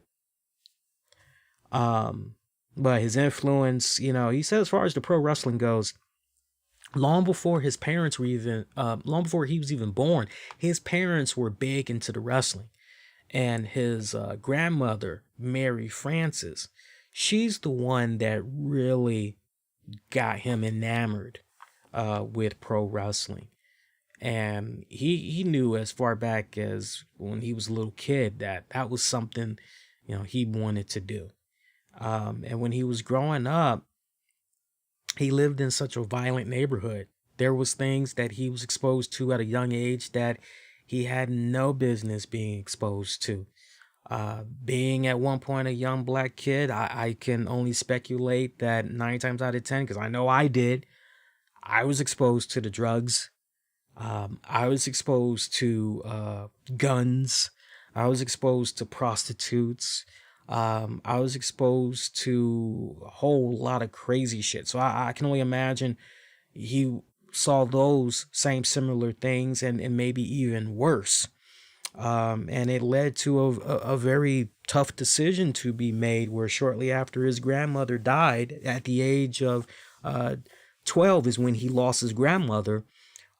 His mom decided, okay, what's going on with him and his neighborhood, grandmother passing, he needs a fresh start somewhere. So she reached out to the dad, and dad was okay, yeah, well, let him come move over here. He can come stay with me, and no problem. So he went from one lifestyle, Keith Lee that is, to another. Got into the football, as many of y'all know that are into your sports and everything. A&M, Texas A&M, they were very interested in him. They got him. He was there that freshman year, but when it came to his sophomore year, screaming wrestling. He wanted to be a pro wrestler, and he followed his dreams. You hear the story of a wrestler sleeping in their car, not having a place to live, and that was true for Keith Lee. He wanted to achieve his dreams by any means necessary. He knew that sacrifices were going to have to be made. And what was so interesting is the fact that, here is this man that gets turned down by the WWE 3 times. Not 1 time, not 2 times, but 3 times this man gets turned down by the WWE. One of the first times this man gets turned down, I'm looking in the notes right here. 2008 is as early as it was. 2008, he had his first WWE tryout. Dusty Rhodes gave it to him right between the eyes, and he told him, honey, boo boo chat, let me tell you something there, baby. You on the microphone, you suck it. And as far as Keith was concerned, it was a good learning experience. It was a teachable moment, and it let him know that he had more maturing to do, but he was pretty confident that eventually he'd come on back. So he tore it up on the independents from then on. Had an opportunity to meet with Mick Foley. Mick Foley at a River City wrestling event in 2009, where Mick Foley served as a special guest referee. And he says to Mick Foley at that event, I don't know if it was before or after the event, but he says to him, any advice? What do you think I should do? And Foley says to him, you know what? Do whatever you need to do to keep making yourself stand out, to get all of the wrestling fans talking, because when you're able to do that, when you're able to move the needle in that fashion, that eventually is going to get back to the WWE, and they can't help but take notice of what you're doing. But that's what you need to do. So it leads him from 2008. Now you fast forward 2011, he gets a tryout through WWE, pretty much through FCW. William Regal, he's like, this kid's got something special, but he needs to piece it all together. He's got to string it along somehow. All right, he's still grinding it on the independents. 2013, Keith Lee gets a call. Hey, we're doing this new thing, Performance Center. Won't you come on down, try out and everything. All the exercises. So this is pretty much the Bill DeMont era still, okay? So he's still, Keith Lee, he's there. He's grinding it out. He's surviving all of the exercises. I mean, he is hanging. He is hanging. He is not quitting. All said and done, he gets the nod from William Regal. He gets the nod to Dusty. Matter of fact, Dusty says to him, hey, baby boy, you got such a presence in you that I could feel myself basking in.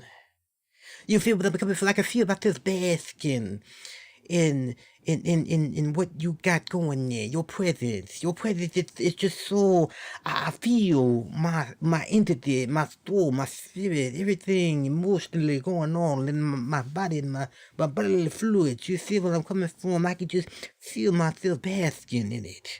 And that's pretty much where bask in his glory, it clicked for Keith Lee, but gets the endorsement from Dusty, gets the endorsement from William Regal, and for whatever respected reason, he's not given a WWE contract.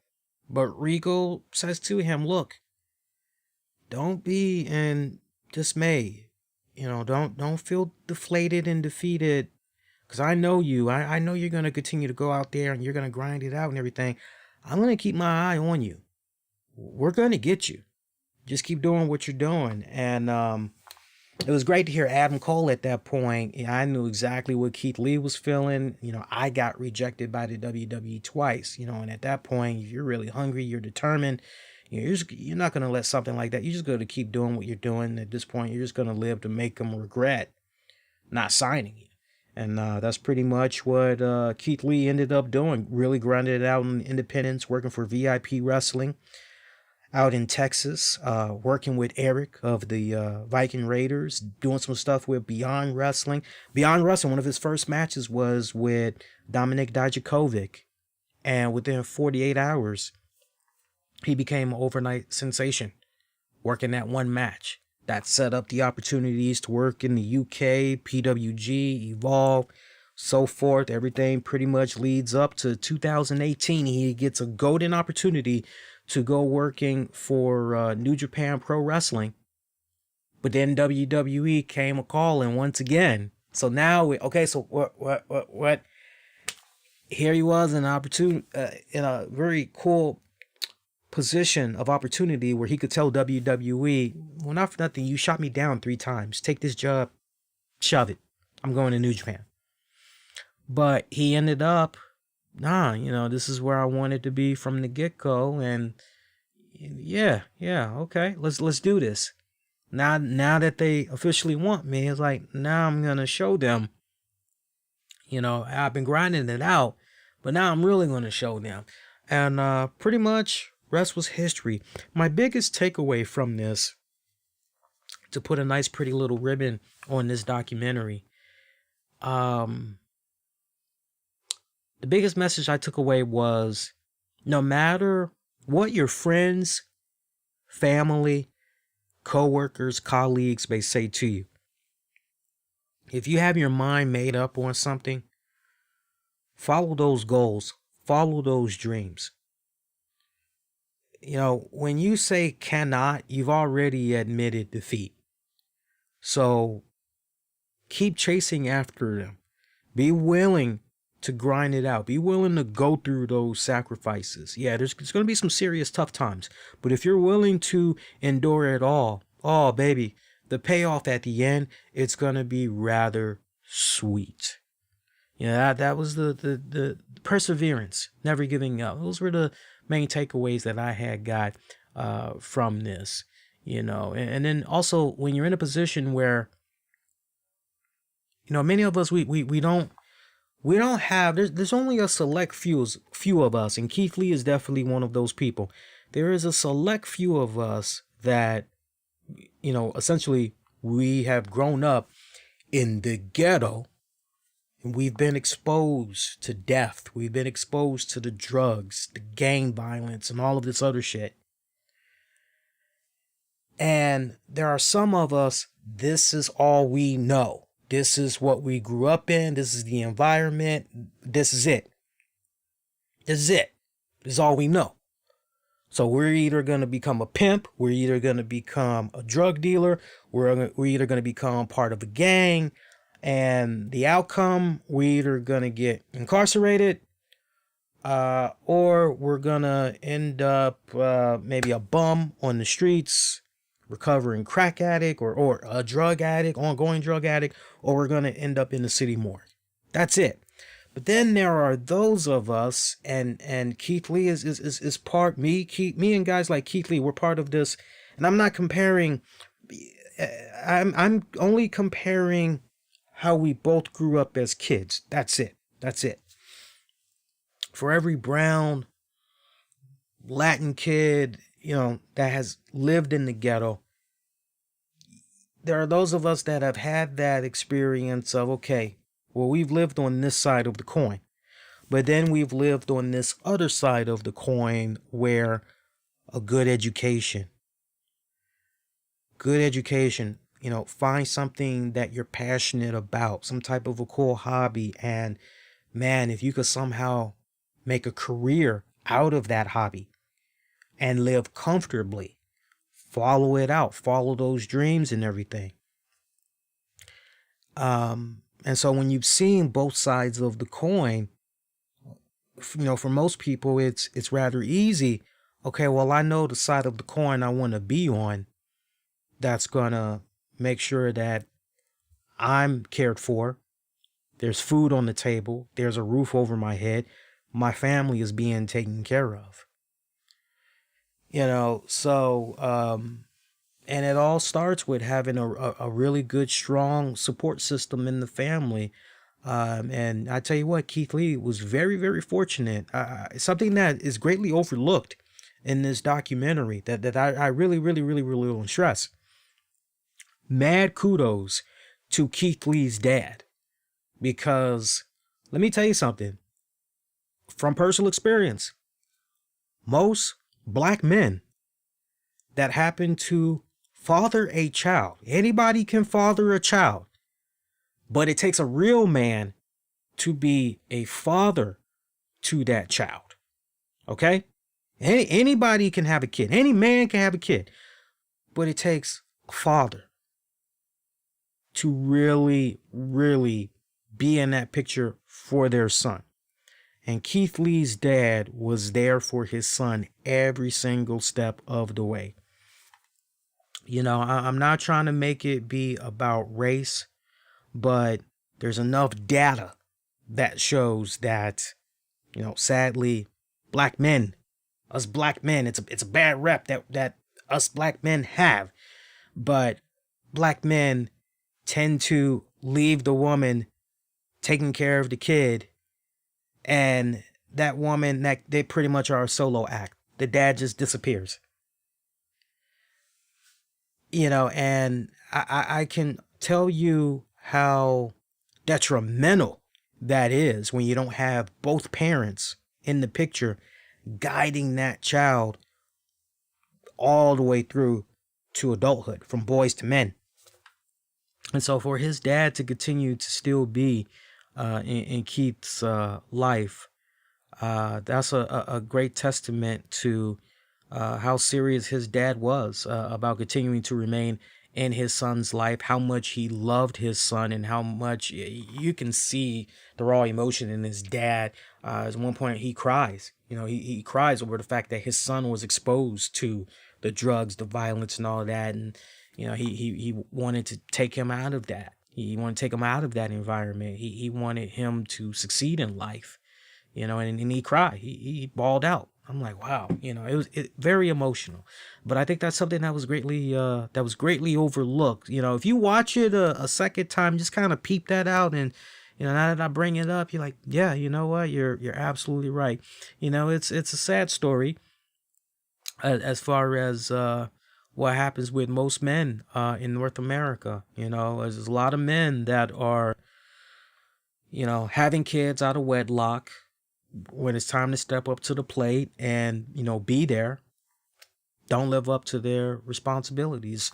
One female friend of mine, who I had dated several years ago, long before I even had got with Tammy, this woman had 3 kids, and she had 3 kids by 3 different baby daddies. And when it was all said and done, out of those 3 baby daddies, there was only one baby daddy that still stayed in the picture for that kid. The other two daddies, they didn't want to have anything to do with those kids. Nothing to do. They weren't even paying the child alimony. Okay? So trust me, I know the fuck I'm talking about when it comes to, and not for nothing, but I can remember me and her would also have little sidebar conversations because, she actually ended up working for the government. She actually was helping young pregnant women get set up with food stamps, get set up with housing and and all of that, Wick, all of that, so she would hear these stories, and, she would have to, of course, document things and all of that. And it was so heartbreaking to hear some of the stuff that she was mentioning that was happening at her job. And it's like, whoa, that's rough. That's rough. But yeah, if you didn't watch it, go out of your way. Check it out. It was great. It was a great documentary. It leaves you respecting the hell out of Keith Lee and his story even more. And especially the conversation that he has with Vince McMahon. I won't spoil that for you, but just seeing how wound up Vince McMahon got at Keith Lee in a good way. You're like, oh yeah, well, if Vince McMahon sees what we sees, oh man, then the future is definitely very bright for this young man. All right, so on that note, we're going to stick a fork in it. We're going to call it DONE done. I'm kind of happy we kind of gave you guys almost a regular show. I normally like to go 2 hours plus, and I'm seeing right now we're at about the 1 hour 58-minute mark. So normally I give you guys like a 2 hour plus show, but my goal for the rest of this year is to give you under 2 hours, and that's what we're doing here. So again, your next edition of the RCWR show, that is going to actually happen next Monday, regular time. But this Tuesday night at 10 p.m. Eastern, I'll be live on YouTube and the other outlets. It's a special live edition of Impact Showdown. I'll be covering Fallout of Impact Wrestling on Access TV as Kenny Omega, the new AEW champion, with Don Callis, are going to be crashing the Impact Zone. So look out for that special episode. That is going to be great. Check out previous episodes of the RCWR show and Impact Showdown, wherever you get your podcasts. We're all over the place. Just search keywords, the RCWR show. Get at me on Twitter, Facebook, Instagram. Use the keywords, the RCWR show. As you make your exit, please, if you enjoyed this episode, spread the word, hit the like, share, retweet, subscribe, hit the like button. It helps out tremendously. All right. And that's going to do it. Till next go around, wishing all y'all to be safe. Most importantly, be kind to one another. I will see you guys next go round. Adios.